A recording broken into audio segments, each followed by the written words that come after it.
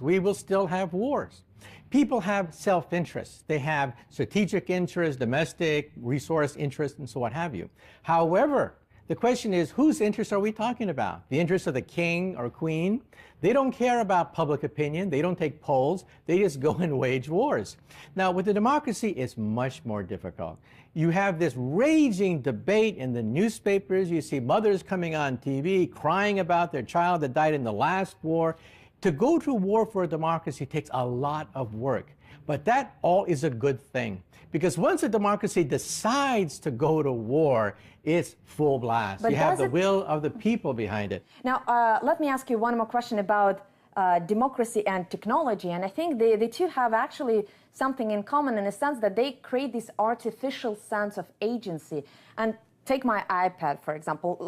It gives me the impression of control. I think I can use whatever I want with it. But the problem is, of course, that I cannot change the operating system. I can only download the applications that have already been created for me. And I think democracy is a bit similar in that regard, that people believe that they have all the controls at their disposal, but some of those controls seem to be artificial. So I guess what I'm saying is that this, both democracy and technology can numb your sense of agency. Let me ask you a question. Name a better system that has withstood the long period of time, that has given people prosperity, given people peace. Give me the name of another system that is better. I'm not arguing against democracy. I'm arguing against the appearance of democracy, which I think exists in many of the Western countries. There's no such thing as a perfect democracy. The Greeks did not have a perfect democracy. They had slaves, for God's sake, when democracy was first created. Well, I think it's a very American argument, but for many people... I think it's not American. It is the argument.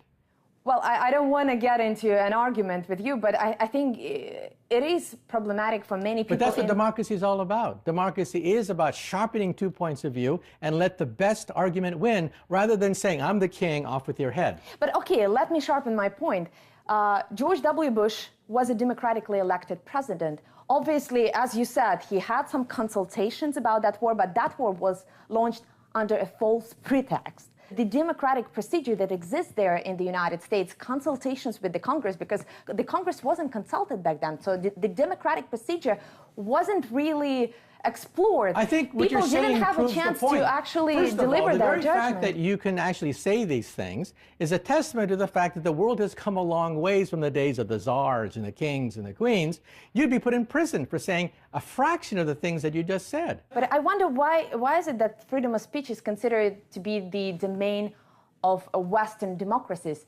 Freedom of speech, freedom of science, freedom of exploration existed in a non-democratic world as well. It did not exist. Name me a country throughout history, human history, that had freedom of speech, freedom of science, freedom of religion. Name me that country. To a limited extent, a lot of them. You can't, China, because there is Russia. none. Well, freedom of science. I don't think so. If you disobey the emperor, off with your head. Again, challenging the democratic system could be also very detrimental, and I would like to get your opinion on this IT vigilantism that we've seen over the past few years. Whistleblowers in the United States who blow the whistle on the American system because they believe that Which I think is a good thing. I mean, the very fact that they can go out there rather than being assassinated is a testament to democracy. Isn't that also a case that democracies want to impose that point of view on everybody else? Because what point of view does a democracy want to impose on everybody else? Democratic way of governance, and we've seen a lot of very bloody democracy wants to examples of promote that. democracy, but democracy does not promote a religion. And while a religious group, a fundamentalist group, they want to impose their historical point of view on everybody else, and if you don't agree with it, you get your fingernails pulled out. But Mr. KaKu, it's the same with democracies, and American democracy, I think, is a prime example here, because if you disagree with the American way of living a life, you face a very real danger of a war being pushed onto your country. Let me ask you a question, right? In Afghanistan, did they harbor terrorists who wanted to do damage to the United States? I don't know that. Do nations... Okay, let me ask you a question now. On tape, let me ask you a question. Absolutely. Who was behind 9/11? Are you a conspiracy theorist? Not really. Are you these people that think that maybe George W. Bush toppled his own building? What do you think is behind 9/11? Let me ask you that question. Who was behind 9/11? I think... Let me ask you a question. I heard Who your was question. behind 9/11? Mr. KaKu, I think... Answer me a simple question. Who is behind 9/11? I give you the courtesy of being on your show. You should give me the courtesy of answering one simple question. Well, okay, Who is behind 9/11? I do tend to believe in this conventional narrative of Al-Qaeda and Osama bin Laden being behind that tragic and horrendous attack. But the question is whether the death of those people justified hundreds of thousands of people who were killed afterwards. And I don't think the goals that were set out before that war were actually achieved during that war. And that's the biggest problem. You've been very critical of radical groups trying to impose that sort of that point of view, and I totally agree with you. But I think the way and the means that democracies employ are not much better. I disagree.